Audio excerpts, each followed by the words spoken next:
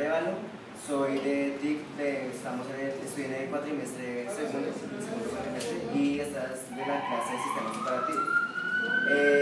Continuando con la línea del tiempo, después de mi compañero que expuso Windows 1.0, a mí me corresponde Windows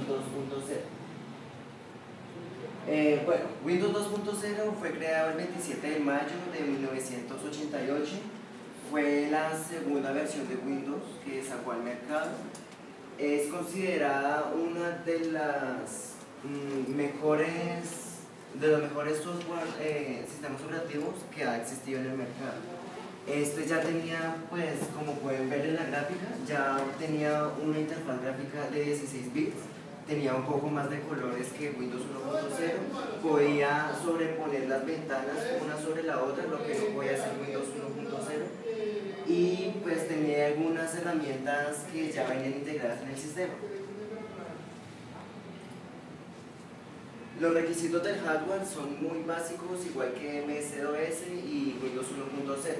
Lo único que cambia un poco es que en este necesitamos una versión del MS-DOS 3.0 o superior. Necesitamos un poco más de memoria RAM, 512 KB de memoria RAM. Necesitamos una unidad de disco floppy y un disco duro que no puede sobreponer más de 5 MB, una tarjeta de adaptador de gráficos, y el mouse era opcional. Este ya tenía integrado el mouse, ya podía uno utilizar el mouse mejor que en Windows 1.0.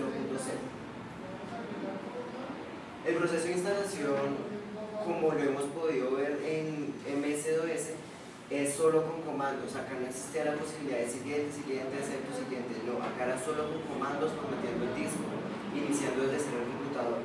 Este video pues podrá ayudar, un poquito más a entender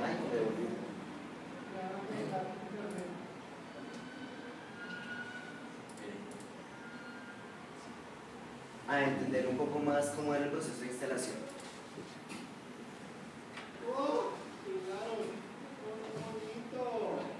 Como podemos ver, está escogiendo un disco, le está poniendo el nombre del disco que quiere iniciar el sistema. Esa es la PC de él, y ahí comienza el proceso.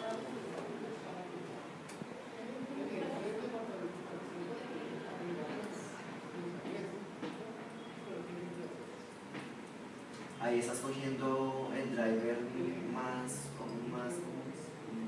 compatible con su sistema.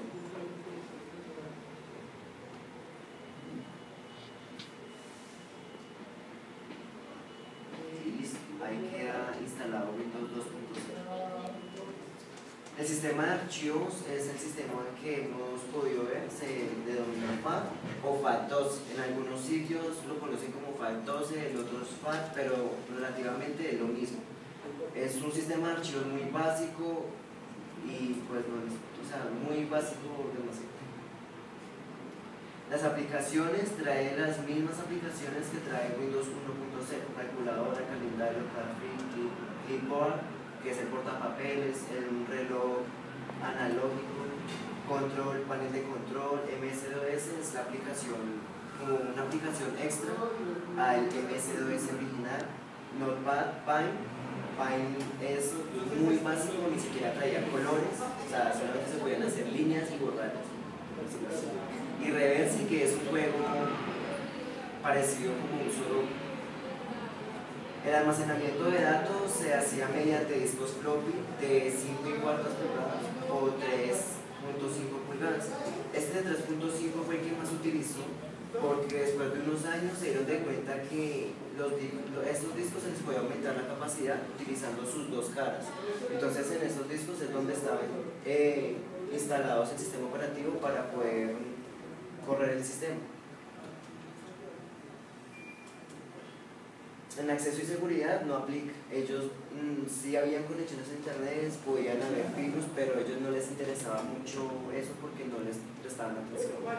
La transferencia de archivos era mediante comandos. Como explicó nuestro compañero de Windows 1.0, utilizaban estos dos comandos: copy, que era para copiar archivos de un directorio al otro, y share, que era para instalar el copy antes de copiar. En asistente de instalación de por sí no contenía un asistente de instalación que nos ayudara a instalar como se ven en las imágenes. De por sí teníamos era este, config.sis. No era un asistente, era una ayuda que dejaba que los programas se instalaran, pero no era ningún tipo de asistente. Por el contrario, instalar cargaba los programas que necesitaba el programa, vuelvo a repetir, para instalarse en su sistema operativo.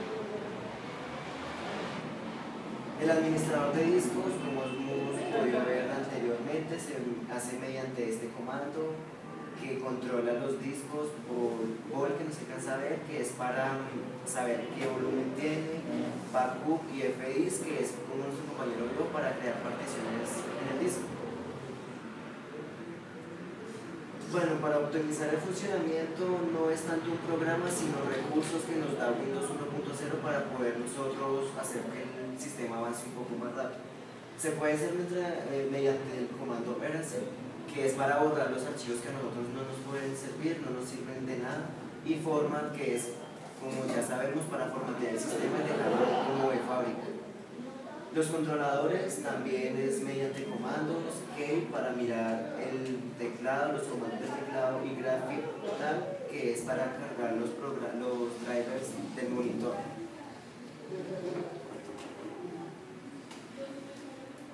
Las herramientas del sistema cuentan con unas herramientas muy amplias pues, para hacer este tiempo.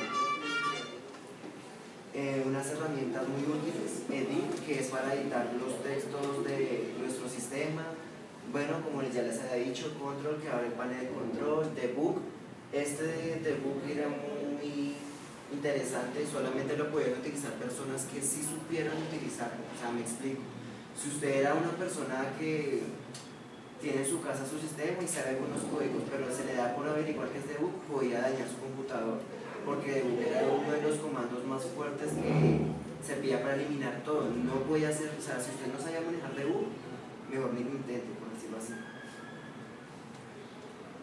La navegabilidad del internet no es como la conocemos hoy en día, que es mediante un explorador. Era más bien poderse transmitir mensajes, señales, cualquier vaina que se pueda transmitir de un computador a otro mediante una red que ya conocemos, internet. La configuración luego de la instalación. El programa, el software en sí es relativamente simple de instalar.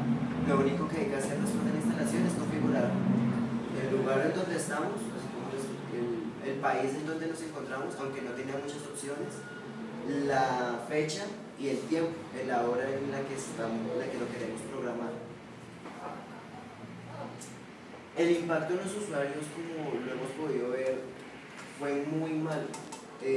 A pesar de que ya incluía el mouse, tenía una interfaz gráfica muy colorida, no ofrecía muchos cambios y era un sistema operativo que no servía ya mucho, o sea, no tenía... era casi lo mismo que manejar el MS-DOS, pero con imágenes. No era mucho el cambio que tenía.